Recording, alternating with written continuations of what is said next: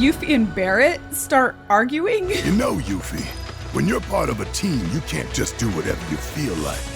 What? So does that mean I gotta run everything by you first? Yep. And so then Yuffie starts mocking Barret by asking him permission to do all kinds of minuscule things. Permission to sing, sir? What? Permission to scratch my back, sir? Permission to blow my nose, sir? I think she even says yawn. Can I yawn, sir? Or whatever.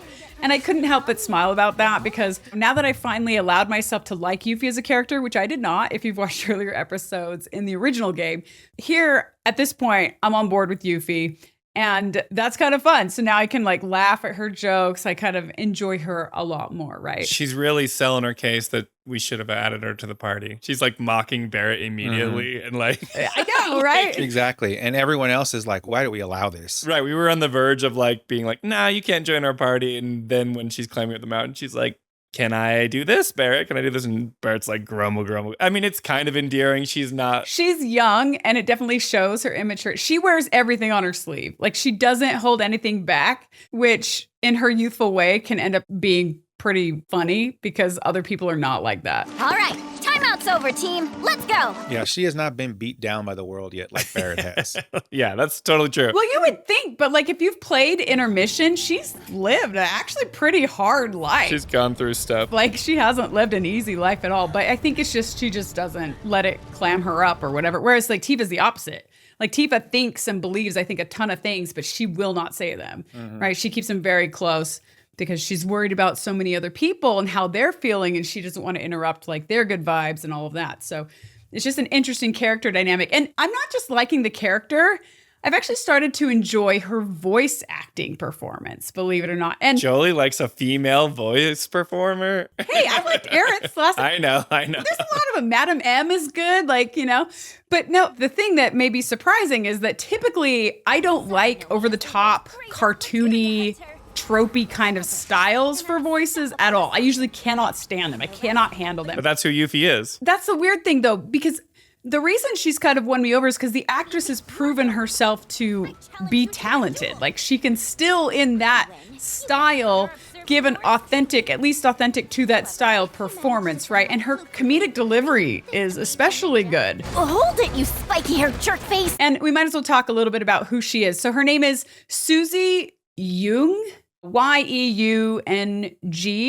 Yeung, Yeung. And she's this cute girl. She's Asian. She was born in Boston. And I looked at her voice acting career, and it actually really started taking off in just the last 5 years or so, with her like taking roles in various video games and some animated TV series, which makes sense. I mean, I think her voice timbre really fits into like an animated, maybe kids TV series pretty well. But then it also works for the right character type in like a specific kind of video game.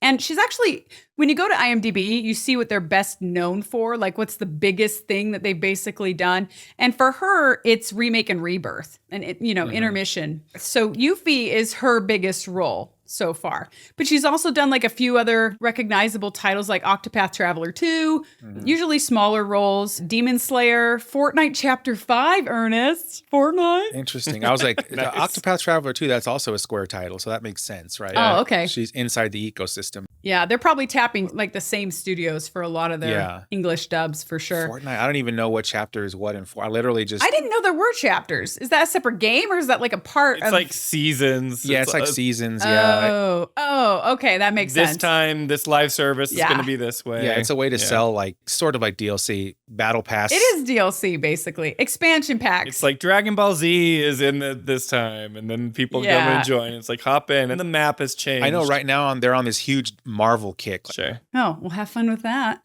Good times. I don't. I don't. Fine then. I know when to take a hint. Other credits that she has, though, are things like Barbie, the TV show Barbie, and then something called Enchantimals Glam Party. I'm Pema Panda. And my bestie Clamber and I have a passion for purple. Mermaids. If anyone gets being better together, it's the two of us. Rainbow High. Oh, she didn't hate it. She just told us to think bigger. So we will. So these are that other category that I was talking about, right? These are things that would probably, they're shows that probably appeal to younger girls or tweens because that's her voice type. Yeah, I was going to say there's not going to be a Dark Souls or a Elden Ring in that, repertoire, but sure. Most likely not, unless there's like the random character that sounds that way. But yeah, so while I wasn't a really big fan of her voice acting right up front, because I'm typically not a fan of that voice style, she has grown on me over the course of this game, which kind of surprised me. And she managed to make me even laugh out loud a few times, even in later chapters, which we'll get to. But there were a few lines that she said that I'm like, that's really funny. Good job, Yuffie. Even the character animation with her is kind of like, have you noticed that like she cannot stand still or sit still? Yeah. Like even when everybody's still, she's like bouncing on her like, and totally. like she has so much energy, she cannot be still. So much youthful energy. And so like it fits the character. Yeah, that's actually awesome. That's like a good way to like portray her personality through her animation. Yeah. Absolutely. But like, this chapter that's why I have Yuffie here, right? It's the Yuffie chapter, and there's different chapters like chapter 3 when you're in the Mithril Mines with Barret and Red, but that's like the Barret chapter. And then you have they did this in Remake where you could control the old characters for like a portion of the chapter.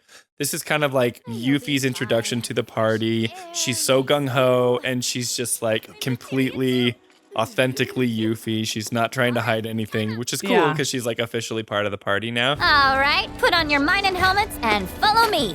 She also brings a lot to the party that we didn't have. Yeah. Right? Because so many in the party are quite stoic. Totally. Like Cloud is stoic. Barret can be big, but he's still reserved in a lot of ways. Like Tifa's pretty stoic and soft. Aerith is pretty soft. Red is the sensei of the group. Aerith was kind of bubbly. I would say before Yuffie came in, she was the most like... She was the bubbly one. Bubbly, kind of like... She checked the box.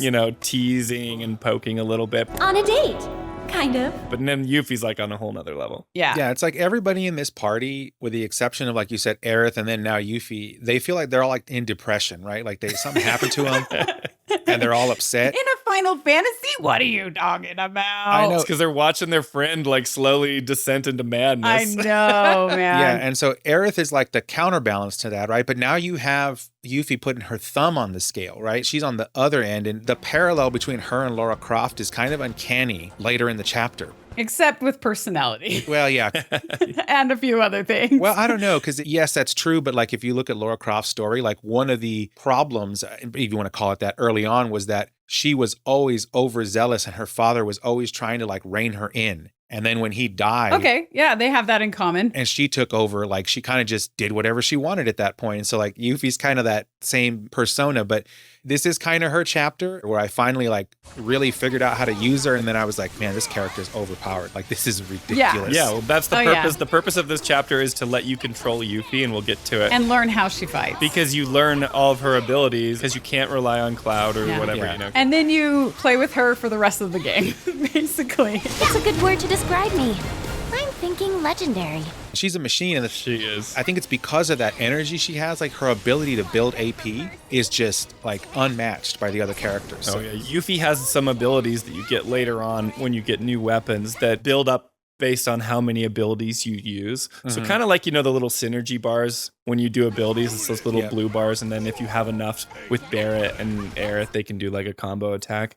Yuffie has her own individual abilities where if you do enough abilities, then it creates this way stronger. You can go up to like level 3. Oh, I forgot about that. I was doing it last night and I'm like, holy cow, she is incredible. She's unbelievable. I think I did 999 damage with a full Whoa. charge, And also the versatility of like the different stuff she can do from Her like ninjutsu with the different elemental. yeah, raw like DPS to debuffing. Yeah. It's insane that it's all in one character. Yeah. Well, her whole like MO is like to collect materia, and she's always like, I'm gonna be so powerful. Oh, I'm gonna be so powerful, it's scary.